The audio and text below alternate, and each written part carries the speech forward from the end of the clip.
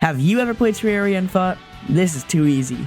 Allow me to introduce you to Eternity Mode, a mod that reworks almost every single mechanic in the game, like enemies, debuffs, weapons, and bosses. Can I make it to the newly added final bosses, or will I give up before I get there? Find out on Terraria Eternity Mode.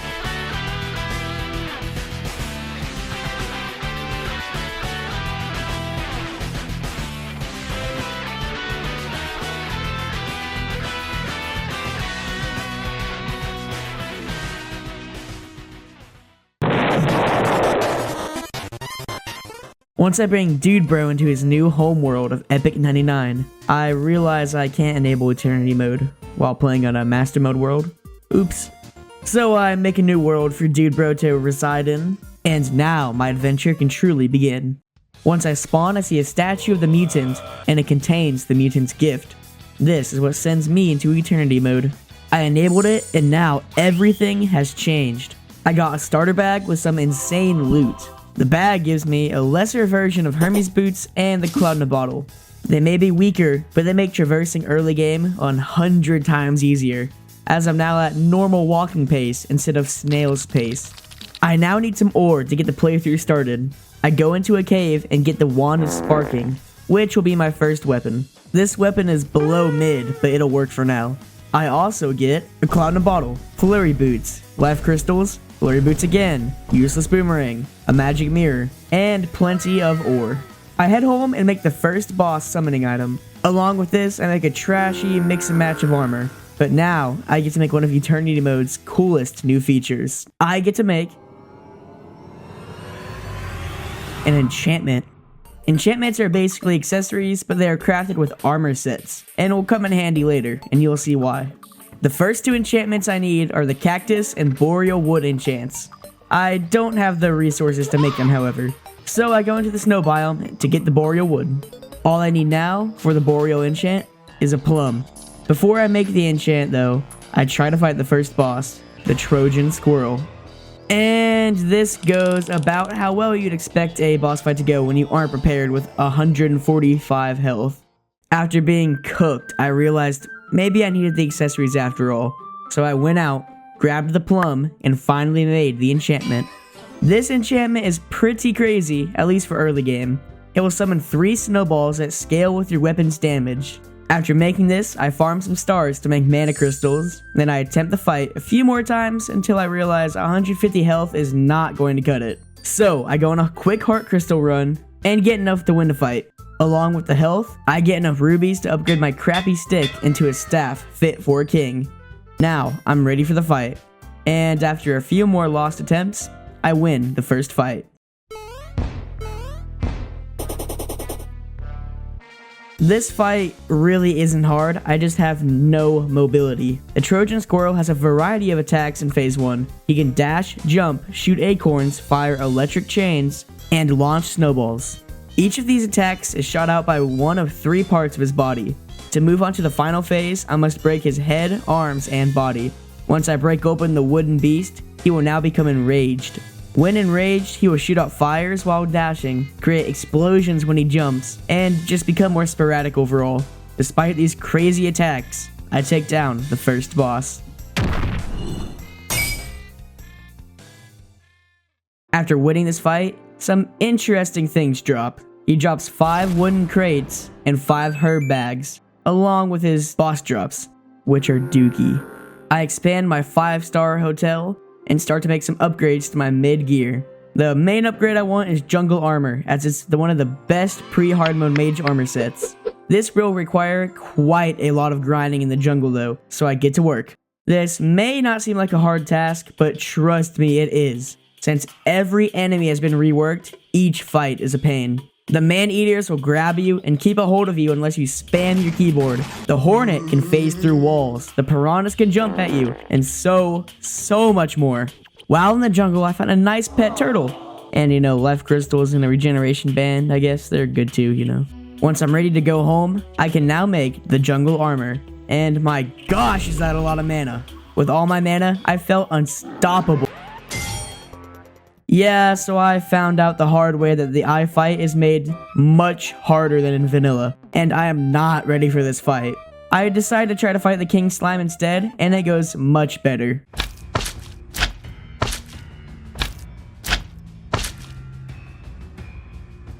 The King Slime is just an oversized cakewalk of a boss fight. He starts out by trying to jump on you and rain slimes upon you. After jumping for a bit, he makes an army of slimes that chase you, and at 50% health, he enters phase 2.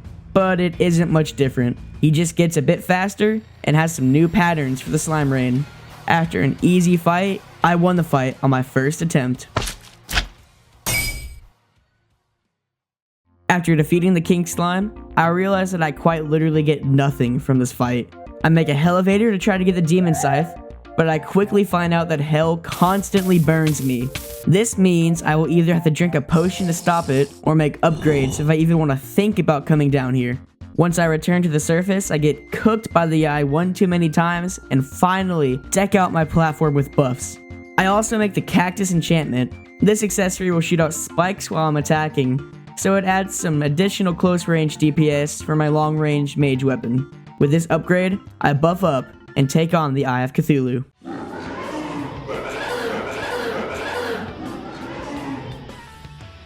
As soon as the fight starts, he'll dash at me.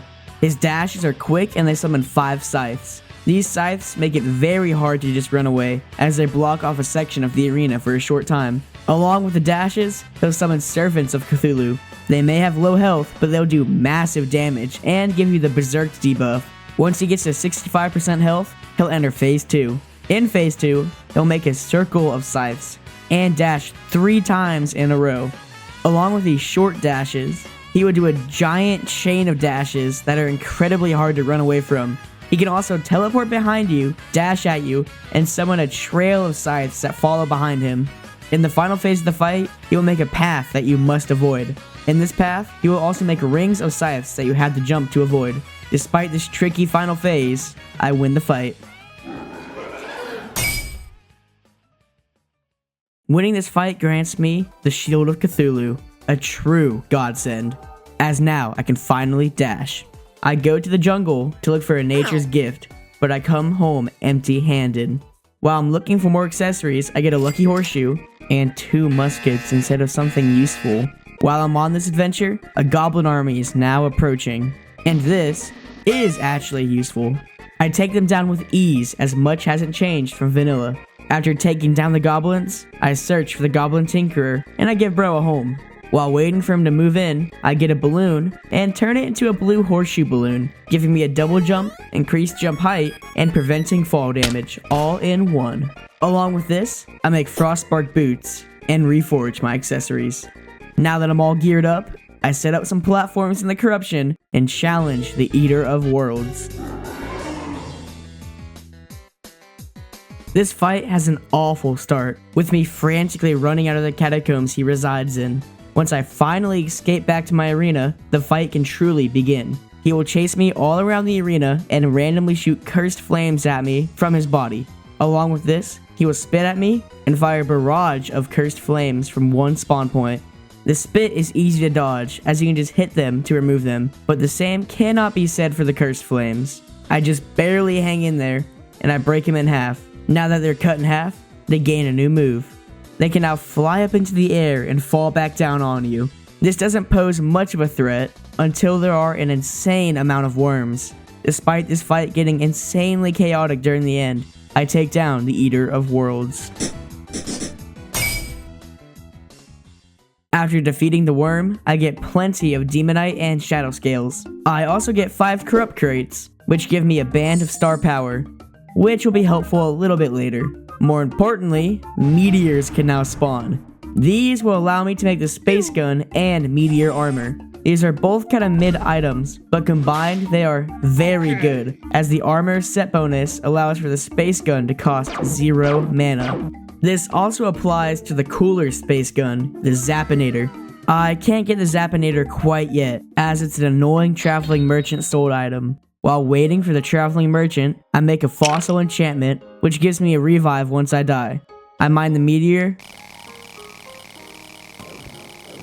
make Meteor Armor and the Space Gun, and make the Queen Bee Arena. While making the arena, I find the Nature's Gift, Which is pretty ironic because now I have a magic weapon that doesn't use mana. After the queen bee obliterates me, I expand my arena and get the Zappinator. Then, I rematch the queen herself.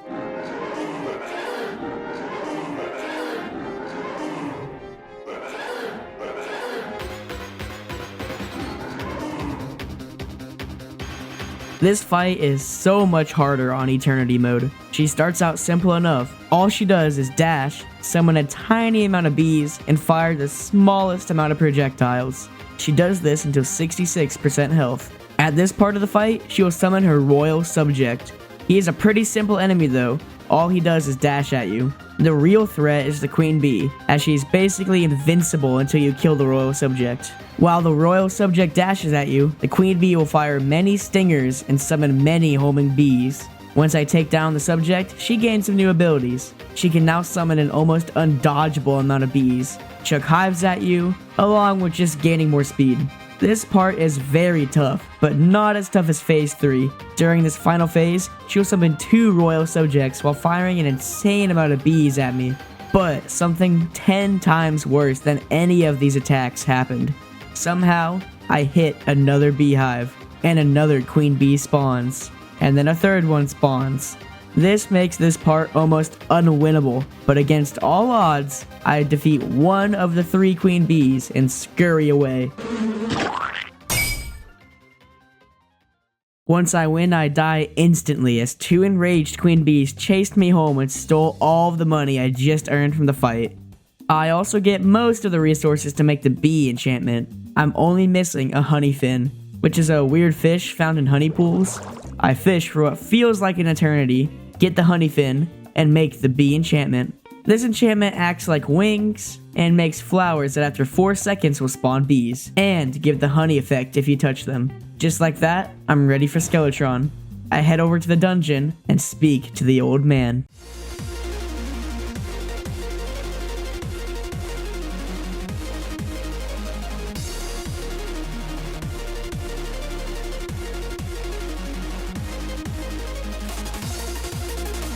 When the fight starts, he will try to throw hands with me and enclose me with giant skulls. He can also throw a barrage of skulls at me with just the swipe of a hand. To get the fight really going, I have to break his hands, as his skull is basically unkillable in this stage of the fight. Once I break his hands, the fight can really begin. He will now shoot out smaller homing skulls. Another new ability he gains is spinning and shooting a shotgun of giant homing skulls. I'll need to stay far away from him during this part, as he will almost instantly kill me if I run into him. He also just shoots out skulls faster, and at 50% health, he will regrow his hands. Despite it looking like the start of the fight, he keeps all of his new abilities. He continues to use these attacks until he enters Dungeon Guardian form. In this form, Skeletron will act enraged, chasing me down with insanely fast speeds, and will one-tap me if I even come into contact with him. Additionally, he has an aura of bones and I can only deal 1 damage. Despite this being very stressful, I took down Skeletron. Winning this fight grants me access to the dungeon, and there's only one thing I want from it: the Aqua Scepter. Terraria being Terraria, however, has other plans for me, and I don't find this weapon until a while later. I do get the Magic Missile and Water Bolt though, so not too bad. Since I'm lazy, instead of going back to the dungeon to grind for the Aqua Scepter, I just try to fight the next boss with what I've got. Speaking of the next boss, their name is the Deviant, and they were a pain to fight. I died constantly during the battle, to the point where I actually decided to make some upgrades before continuing to attempt the fight. I make Terraspark boots, and I eventually found an Aqua Scepter. Once I make these upgrades, it takes a few more attempts, but I eventually win the fight.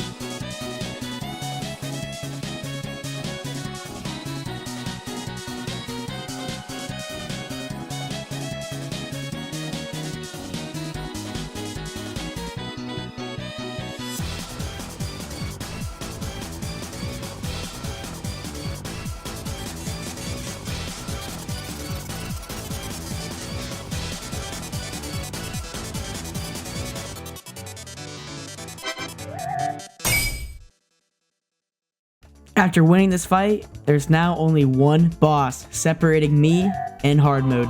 That boss is the Wall of Flesh. Before I even think of taking them down, however, I first need to make some upgrades. Most of the upgrades I need to make use deviating energy, which is dropped by the deviant. One neat upgrade I get is called the Sparkling Adoration. This gives immunity to fake hearts and Lovestruck, but more importantly, gives me lifesteal and graze attacks that gain up to 1.25 times increased damage. I can now also make, these boots. Once I shimmer a zombie arm into a whoopee cushion, and I turn that into a fart in a balloon, and turn that into a green horseshoe balloon. So yeah, like I almost have it. These boots basically just are the green horseshoe balloon and Terraspark boots combined. So now, I have room for the Supreme Deathbringer Fairy, which is another new accessory I make. It's basically all those crappy debuff immunity boss items, but all combined into one. Since it's 4 accessories in one, it turns 4 mid accessories into one pretty good accessory. Now that I have all these upgrades, I make an arena in hell and start the Wall of Flesh fight.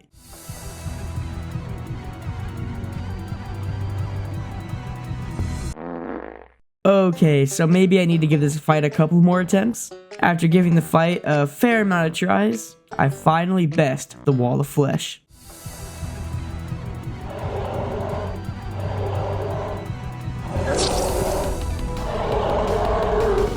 Eternity mode completely changes this fight, and honestly, I kinda love it.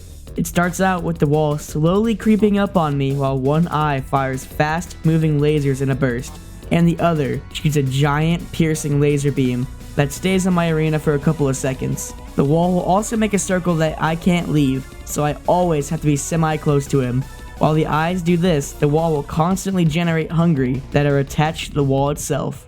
Luckily, my weapon has pierce, so they weren't too much of an issue. Once I get him low enough, he enters Phase 2. In this phase, he keeps all of his old attacks, but gains 2 new ones that are based off the World Evil. He gains an attack that makes an enclosing wall of cursed flames that forces you to be right up next to the wall, and a golden shower storm that forces me to run far, far away from the boss. These attacks are rough, but I can handle it. This is until Phase 3. In this phase of the fight, he will now mark spots on the map with a crosshair and fire the hungry to block you for a second. This sucked because I constantly have to run to and from the wall. This is made 1,000 times harder in Phase 4 though. In this phase, everything is the same, but the wall is now on crack. Everything happens 2 times faster, and it is impossible to keep up with what's happening. Despite all odds, I barely survive with 40 health and enter hard mode. This is where I'm calling it for episode 1 of Terraria Eternity Mode. If you liked it, hit that like and subscribe button, and I'll see you in the next episode.